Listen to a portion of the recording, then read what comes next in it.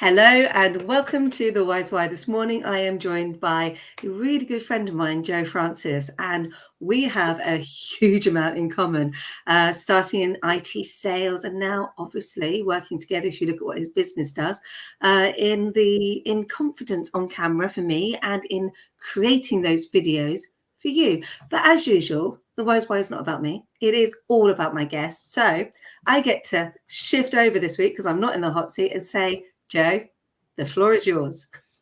Thank you very much, Kirsty. And it's always nice to receive an introduction like that. And let me just tell you and your audience, I'm Joe Francis. I'm a video producer and director with a specific focus on the corporate sector. So I help companies with a number of their business challenges, solve those by unleashing the power of digital video. Based in the Southeast, and I've been at this for about 10 years, although I began this business in India. And we've worked across a range of companies and a range of styles of videos over the years. But what I wanted to do was perhaps give you a little more of a sort of background on me and my sort of journey to this position. So I grew up in a village in the southeast of the UK. I had a fairly, I would class as an uneventful, normal kind of childhood. We just played around, were cycling, playing football and cricket. And I wouldn't say I was one of those kids that had an extremely strong idea of what I wanted to do later in life early. I wasn't that guy. I wasn't that guy who at the age of 8 says, I want to be an actor or, I want to be a doctor or whatever like that. I just kind of went with the flow. And I would say I was okay at school. I certainly enjoyed primary school. Secondary school was a little trickier and there were some motivation issues, I think. But I kind of followed what I would class as a bit of a wave. I was being carried by a wave. So rather than very proactive thought processes about, okay, I'm going to do O levels and then I'm going to do this, I'm going to do that, I wouldn't say that was me. I was kind of carried along on this wave. I felt the normal thing to do would be, okay, after O levels, do A levels, after A levels, do a degree. And so that's the way I went.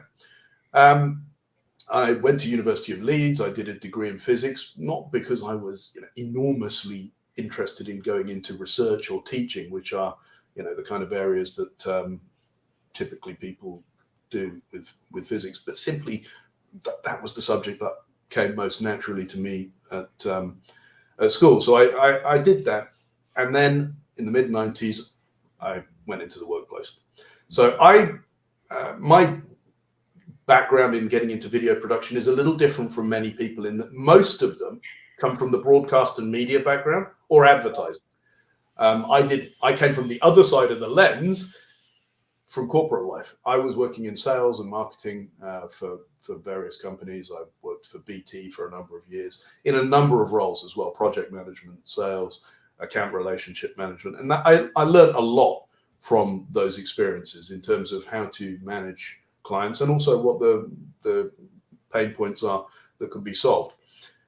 In the early 2000s, I kind of wanted to make some changes to my career.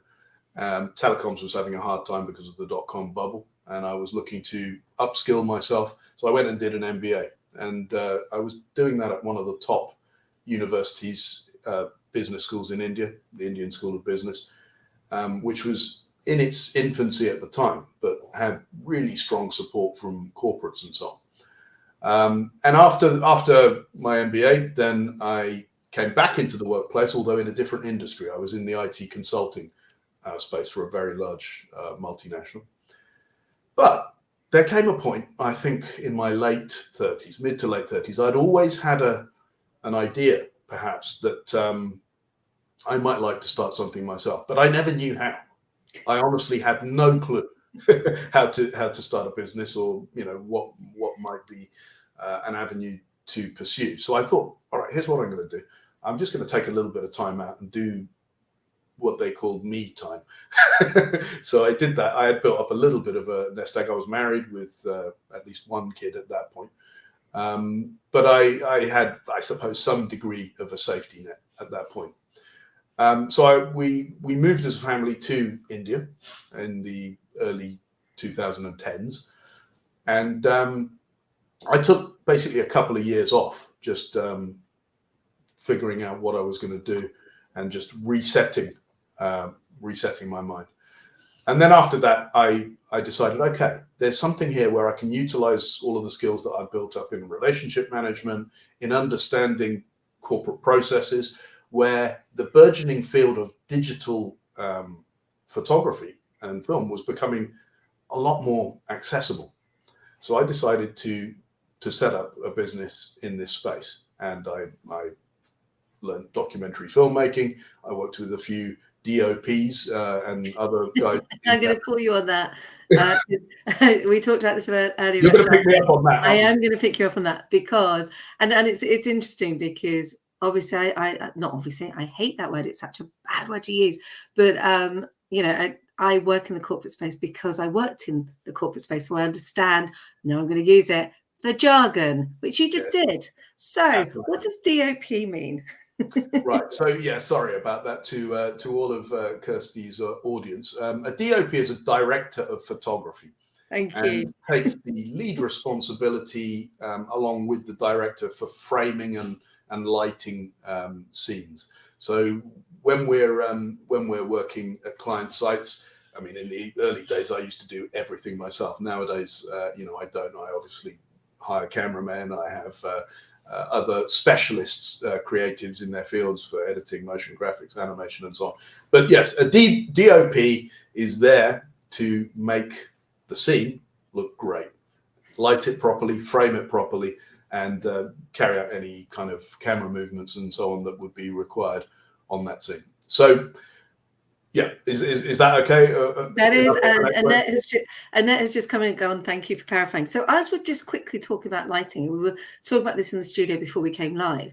Lighting is really important, and people need to do this at home. People forget that actually today your home office, now I earn money doing this, but let's give some snippets of information away because it's always useful to help people. So your home office is now a home studio. You know, if you were sitting where I am today, you would see I've got a high-end microphone. It's got gain control. I've got a streaming camera. I have got a light above my lens. I've got a light to the right of me. I've got a light lighting my wall. How important is it to get your lighting right for a video call? Well, it's absolutely important. And the reason is, if you have the same ambient lighting hitting the subject as well as the background, then your subject won't pop. So really what you want to do, it takes a little bit of understanding of how cameras work. But what you want to do is put a lot of light on your subject, and then your camera needs to have its settings for that exposure. Now what will happen when you have your subject exposed properly is the background will become darker, and that creates separation between the subject and the background and makes your subject pop. Obviously, there's a lot more to it than that. There's 3-point lighting setups and all sorts of different types of diffusion and black flags and things like that. But essentially, the purpose of lighting is to make your subject stand out. Love it. Thank you. And I couldn't have said it better. And hopefully I am popping and standing out this morning. You are, very much so. So you moved, I'm intrigued because you moved to India. You went back. What was that like? Well, you mentioned we went back. Actually, we didn't go back. No, of course you didn't go back. Sorry. Yeah, because I was born here in the UK, so that's why I have this, you know, this strong Southern accent, if you like. But obviously, my parents were from India. They came to the UK in the 60s, and there was a connection. You know, we did have the odd few family holidays to India, and there was a connection there. My wife is from India, and she obviously has family there, as do I. So there were some benefits during this time when I was reassessing how I was going to move my career forward. For us being in India, not least for the kids, because there were some schooling advantages for them as well. So we chose to go back, and I had that period of time to kind of reflect on things. I wanted to learn, some of the Indian languages. I didn't manage to do that, unfortunately, although I picked up the odd few bits and pieces while I was doing my MBA. But it was a really good experience. Obviously, India is now recognized as one of the fastest growing economies globally, and is I think now the most populous country in the world, or about to be very, very soon, overtaking China. So it was relevant to get some exposure to that geography. And when I began the business, it was really, really useful as well, because I had a huge alumni network in India. And of course, people, once they come out of their MBAs, they all end up working in large multinationals usually. And therefore, I had what I would call a warmer access to some of these major companies than I would otherwise have when I'm just starting out. So it was really, really, really useful. It was a great experience. And events conspired to make us come back to the UK. My son, my eldest son, who's like really into maths and was about to go to university, he was very, very keen to study in the UK. And we came back, not just for that reason. There were some family health issues that I needed to deal with as well. So a number of events conspired, and I always feel that there's a little bit of fate involved in some of these things. When the stars align in a particular way, you sometimes have to go with that. And we came back, and we've been here since end of 2019. And it was great. And then, of course, COVID. So yeah.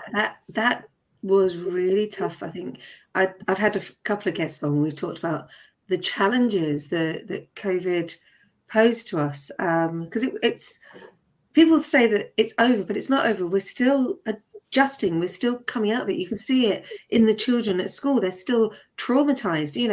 What was it I saw yesterday? That it was. I think it was a casting director posted on one of the social sites that it'd been 3 years ago that the theatres all closed. That's still got an impact. of course, it's all had an impact. And of course, as you know from things like mask wearing and so on, I don't think everyone understood the developmental ramifications that might have had on kids who need to see people's expressions and their mouth moving with their own language development. So that, yes, the cascading effects of this continue, I guess, to this day. Did you find it challenging? Because obviously we all had to adjust for COVID. I mean, I closed the business. I launched and closed and went dormant for 6 months to nearly a year. What about you? How did you adjust to dealing with it? Because we all had to. Yeah. Of course, absolutely, and moving from India to back to the UK came with its own challenges as well, because a lot of my base was not there, so I had to kind of restart things here, and that was clearly very, very difficult at that time because everything was locked down. The offices, no one was there, and they had bigger priorities to deal with. Having said that, since the communication was sort of compromised because of COVID, other businesses were also thinking, well, look, we actually need to do something like this because we can't bring our customers in to view our sites and view our people physically. So we, at the height of the pandemic, and particularly actually at the height of the pandemic in India, we were hired to go and film a very large factory food processing site in India. And that did come with quite a lot of challenges because for a start, we had to take lots and lots of these COVID tests, any of which, if they'd have come positive, would have been a major problem for the whole project.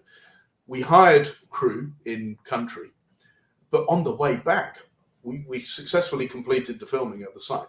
But on the way back, India went onto the red list of the UK.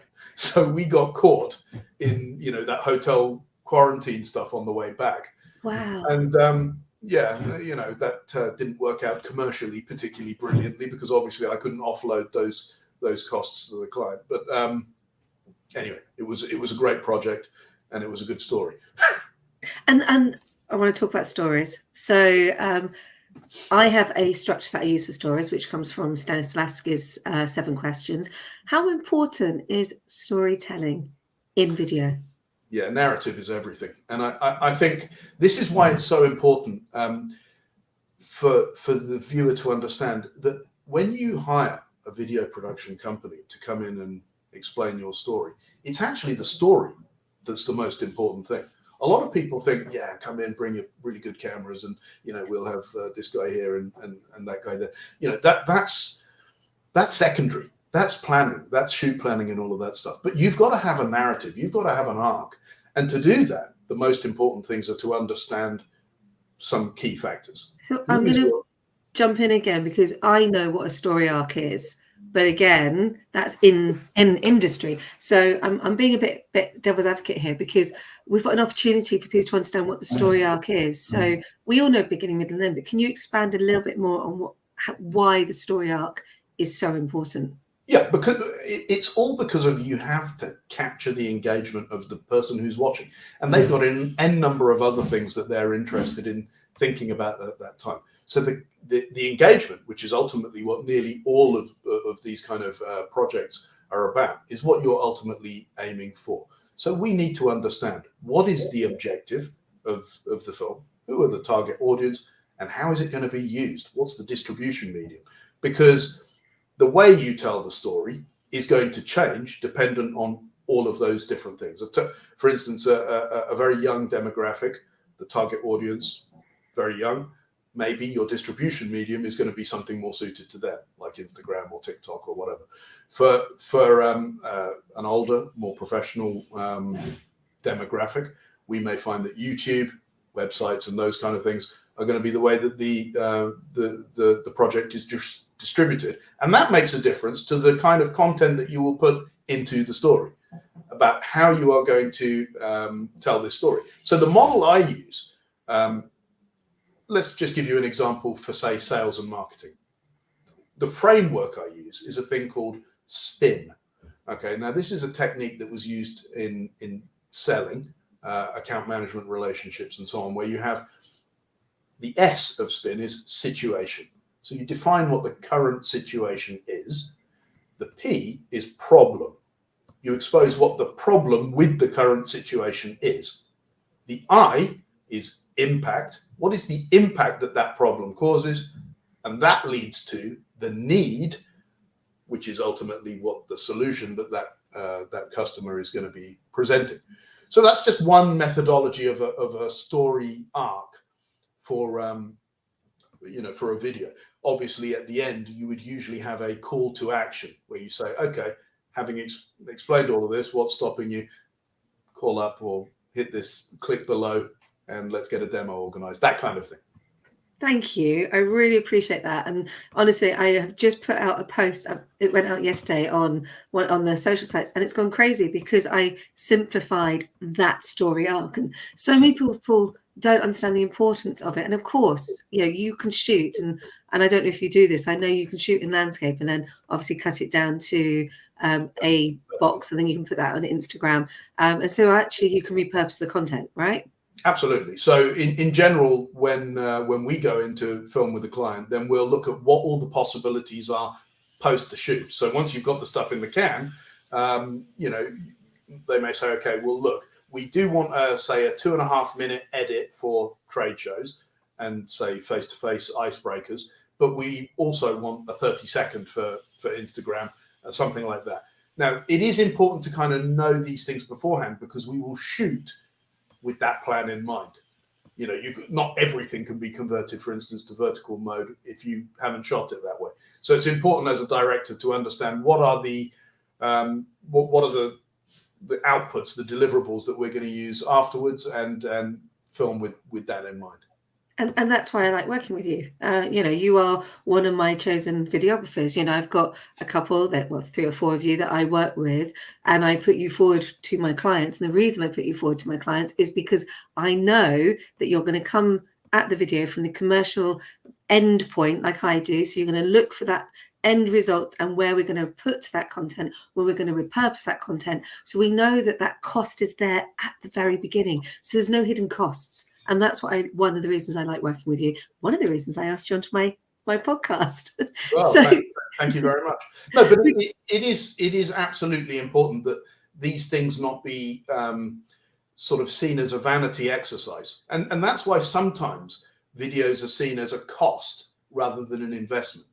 But if you project and frame the value of the deliverable in terms of the tangible business outcomes that can arise afterwards, then you can view it much more as an investment and have the usual ROI type metrics applied to it. And if you employ the right videography team and the right person like me behind it who will support and guide it through, and I'm not blowing my own trumpet here, but what we do is we look at future proofing. Now that is another jargon word, and I learned it when I started working with Intel, but we want to future proof that video. We want to make sure that the video you shoot today is still okay to be used in 10 years. So we're not looking at just shooting a video, we're looking at evergreen, right? Yeah, I mean, this is where, again, a little bit of planning is required. I would say that you can do that, and there are certain elements of certain enterprises where there is, longevity kind of built into the offer. But in some businesses where the strategy, the management, and even the actual applications or services are being changed very, very quickly, then we have to take that into account as well, because whatever we shoot now may not be relevant a year or two down the line. So yes, we've got to see how fast moving the kind of industry is, what the dynamics are, and have a plan in place where we can repurpose content, certain elements of content, but keep the fundamental value proposition the same. And I should have said, because in a retail situation, you wouldn't shoot one video and then fashion industry, for instance, it's way too fast. You wouldn't have a video that would be there in 10 years' time. So I should have been more specific. So great answer there. Really well done. Who's inspired you? I know you've talked about your wife. Who's absolutely definitely family. I mean, they've been a fantastic support, and my wife in particular, because it's not easy, of course, if you've had your husband, since you've been married, in a fairly senior position in a fairly senior company, getting a reasonable kind of wedge at the end of the month, to go into a complete uncertain position. But she could see, she could see that I had this kind of yearning to do something different, and she supported me all the way. And that is absolutely important, because there are times that you will even question yourself during the journey and think, was that actually the right decision? And I can say now, yes, it definitely was. And I don't always, measure my success or my position now by the metrics that I used to consider, for instance, in my 20s, what car I'm driving, and, material evidence of success, holidays in the Caribbean or whatever like that. I'm much more focused these days on, what value I can deliver to clients, as well as my own personal sovereignty of running my own business.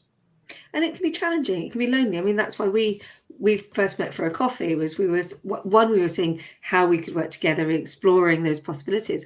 But also, it's really good to have a good catch up with somebody else who is a business owner who has those stresses and strains. Absolutely. I mean, what they say, what is it? A problem shared is a problem halved. And, it's important to talk to other people in the same position, because there's any number of brilliant ideas that can come up from meetings and just extending your own network. I think it's super important to stay networked, to meet other people, not only in the kind of business areas that are allied to your own, but in completely different areas as well. So I found a lot of these networking events to be extremely useful, and obviously meeting you was a special bonus. So haven't you launched a podcast? Absolutely, and thank you for mentioning that. In fact, you were one of the key inspirations for doing that. So I mean, my work as a video producer brings me in touch with many different businesses, and it made sense. I felt that, okay, if I'm producing these videos for businesses and talking to business owners a lot of the time, why not bring that to a wider audience? Because there's a lot of people, there's many people just don't know what is involved in starting businesses, running businesses, and all the headaches that happen, on pretty much a daily basis.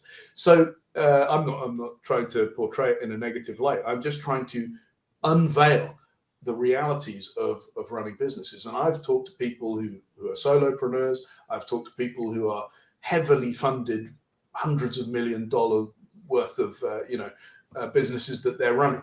But fundamentally, at the heart of this, the people are basically the same. We're all basically the same. Some people are, have got really brilliant stories about their businesses, and I found that a very good sort of avenue for me. So I have started a podcast, only at 8 episodes, so I'm way behind you, Kirsty, but it's coming along, and yeah, people do seem to be engaging. So I've been really happy with that. I'm really pleased you did it, and all from a coffee. I love it.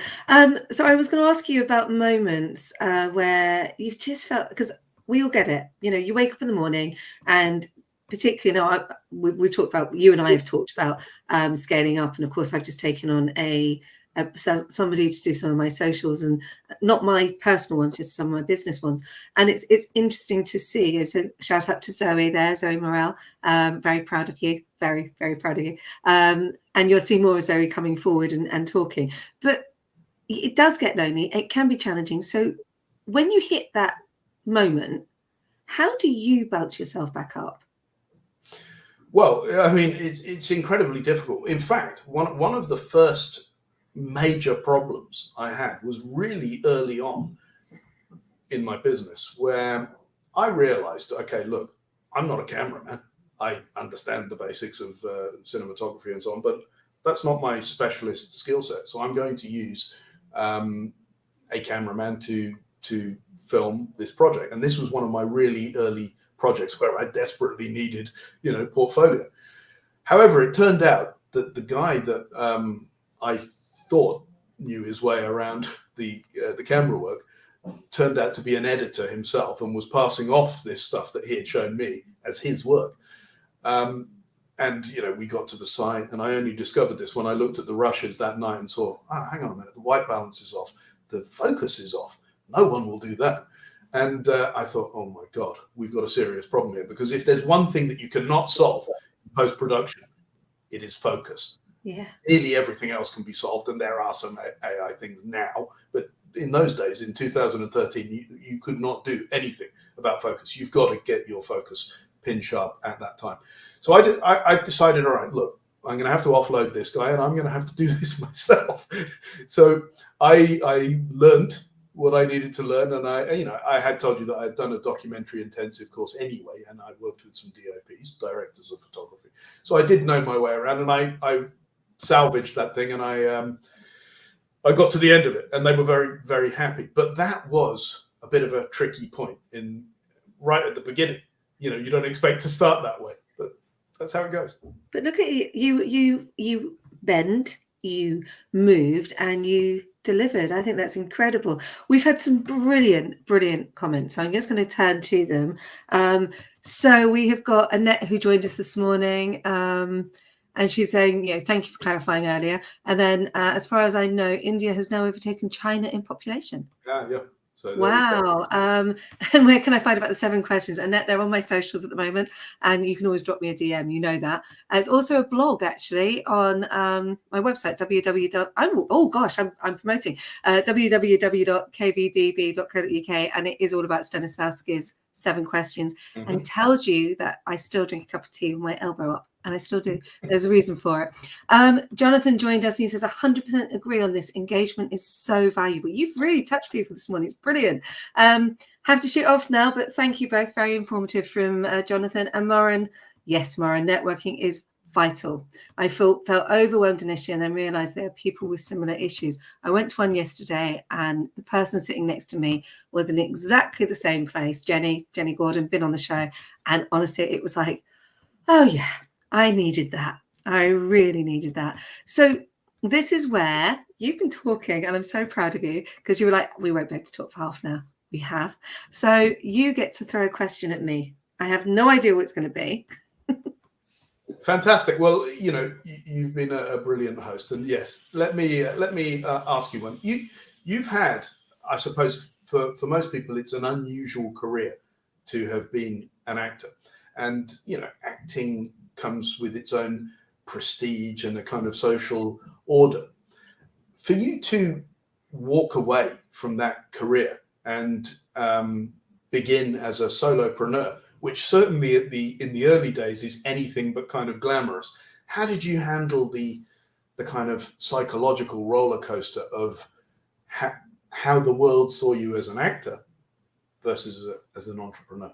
So that's really genuinely an interesting one, because I put myself through university. So I went back and did a conversion course. So I had a diploma in musical theatre, which meant I could do a couple of, sorry everybody who's done musical theatre, but it meant I could do some really good pirouettes and I could sing. And it meant I was really good at potentially auditioning for West End shows. And I'd hung up my dance shoes when I was 22 because I realised it wasn't for me. It really wasn't. I was very much an actor who could sing, not a dancer who could act. And that time it was really difficult, and I just didn't want to be hoofing for the next 20 years. And that was a choice that I made. So I went into acting, and I had a lovely career. I had some great TV roles in BAFTA award-winning dramas. So I had a lovely career. And then I found myself in my mid-30s, and I just wanted to, I remember waking up one morning and going, this is a really hard business. Really, really hard. You're cast, you're reliant on other people, you're constantly pitching yourself to get work. You're writing off letters yourself. Your agent is putting you forward for work. You're drumming and drumming and drumming and drumming and drumming. And actually, so you're hunting, you're farming, and you're gathering all at the same time. So that is the sales process. And actually, I was tired. And I remember one morning with pure clarity realizing that I was in my mid-30s. I didn't own a house. I was at this point doing my degree in my parents' house, writing my dissertation, and I went, I don't want this for the rest of my life. If I continue on this path, and it was like 3 doors opened up in front of me, if I continue on this path, I'm going to end up in the Actors Benevolent Home run by Equity. And I just thought, I don't want that. That isn't the future I want. And it was a real cold, a really, really hard decision, but also very clear that in my mid-30s, I had at least another 35 years of life. I hadn't got children at this point.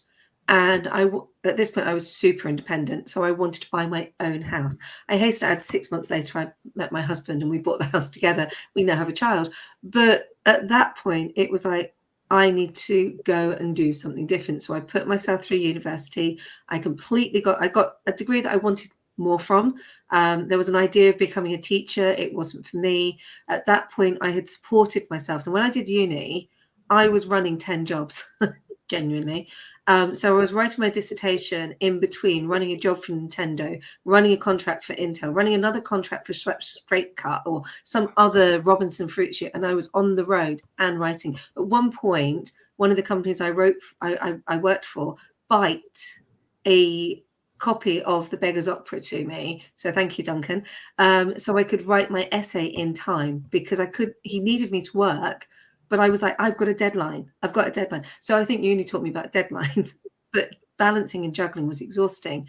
At the end of that, I graduated, and then I blew my life up, completely blew my life up, because I was burnt out. And I was honest about this last week. I was burnt out. And I ended up with shingles, tonsillitis, and just exhausted at the end of the day after my graduation. And instead of taking the time like you did to sit, I blew it up. And then I had to start everything from scratch. And I met Dennis, and then I got a job with retail profiling. Mike Evans took a chance on me, so thank you, Mike. And then I moved to D-Link, and then from D-Link I moved to Samsung, which then later became Hanwha. And so I learned the bit of business I didn't have. So I'd learned the structure of how to write documents in my mid-30s, got diagnosed with dyslexia and dyspraxia in my mid-30s. So learned the foundation of how to write because I didn't have that skill. I was an actor. So you have to understand, I was an actor. I knew how to do a script. I didn't know how to write. So I learnt the foundations of writing doing the degree.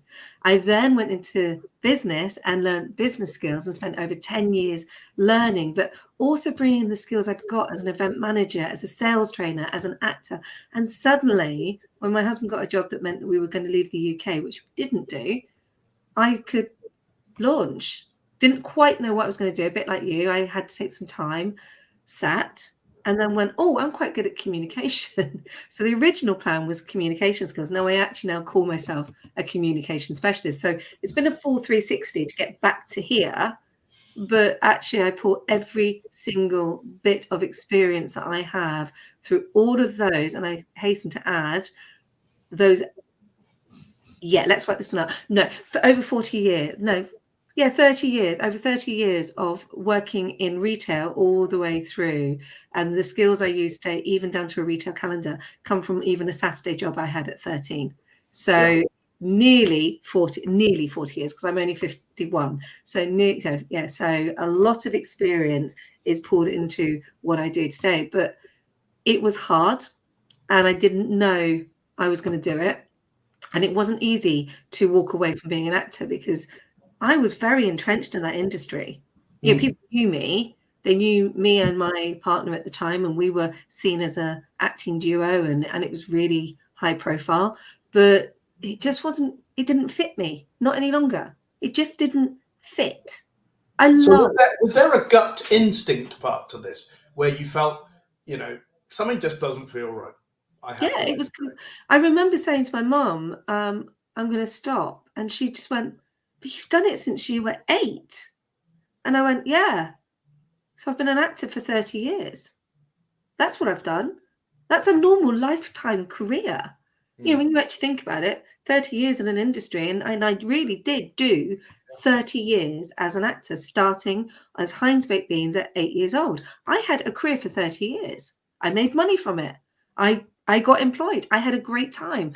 But I didn't want to do it anymore. I do. I'd still love. I mean, look at me. I'm a podcast host. Of course, I still perform. And if Spielberg called me tomorrow, of course I'd go and do it. I'd love to. But it wasn't. It just wasn't. It wasn't going to give me a house. It wasn't going to give me the stability that I wanted for the second part of my life, for my middle years. Probably sounds totally weird. And it worked out well, hasn't it? I think I love what I do. Yeah. When I was talking for Oxlep on Tuesday, and I went in, and there were 7 people who were learning how to pitch, and they're doing this big workshop. And I walked in, and with my crazy energy, and because I'm an actor, I could show them different ways of walking into the room. But I will say the first thing I always coach on is how to walk, which takes me back to Arts Ed, which takes me back to my voice class, where my voice teacher Laura told us off for trying to sing the perfect note when we were working on voice, because there's a difference. So I use everything that I've learned all the way through my life, because I was 16 for that class. So it's really interesting and a great question, because it didn't just happen. There was a lot of choices that I made, and a lot of imposter syndrome, and a lot of, oh my goodness, I am not intelligent enough to even get a degree. And that's what people don't realize. I thought I was stupid. I don't use that word lightly, but I thought I was an embarrassment. I thought I was stupid. I was in my mid-30s, divorced, and I really, really felt lost. So really interesting. Yeah. And I've always felt that I have this thing called my Sunday evening test, which is very simply that if on Sunday evening you're not looking forward to Monday morning, you need to probably think about making a change.